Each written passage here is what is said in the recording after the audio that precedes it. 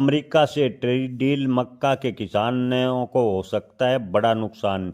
जी हाँ किसान भाइयों, आपको बता दें कि वाणिज्य मंत्री ने सफाई दी है कि हमने मक्का व डेयरी सेक्टर को ट्रेड डील से बाहर रखा है, लेकिन इसके पीछे की हकीकत कुछ और बता रहे हैं।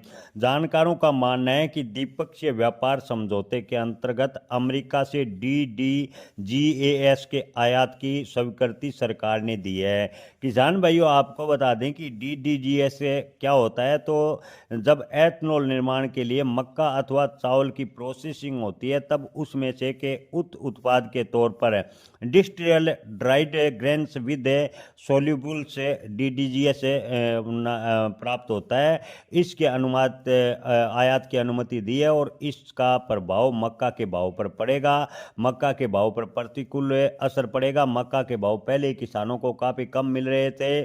DDGS अगर भारी मात्रा में अगर आयात किया जाता है तो इससे मक्का के भाव पर और दबाव देखने को मिलेगा। आपको बता दें कि निकटवर्ती सोयाती मिल का निकटवर्ती विकल्प है DDGS माना जाता है, जिसका उपयोग पोल्ट्री फीड के रूप में बड़े पैमाने पर किया जाता है। यानी पोल्ट्री फीड में अगर DDGS का उपयोग हुआ तो मक्का की डिमांड पोल्ट्री फीड में घटेगी और इसका सीधा असर मक्का के भाव पर पड़ेगा। पशु आहार पोल्ट्री फीड के लिए आयात होने वाला DDGS भारत ने पहले 15% तक सीमा शुल्क लगाया था, लेकिन अमेरिका से ट्रेड डील होने के बाद सरकार ने शुल्क घटा दिया है, जिससे मक्का के और सोयाबीन के किसानों पर गहरा संकट मंडराने वाला है। जी हाँ किसान भाइयों, जानकारियों की माने तो सरकार के इस निर्णय के बाद मक्का और सोयाबीन के किसानों को बड़ा नुकसान होगा। हालांकि वाणिज्य मंत्रालय ने स्पष्ट कहा है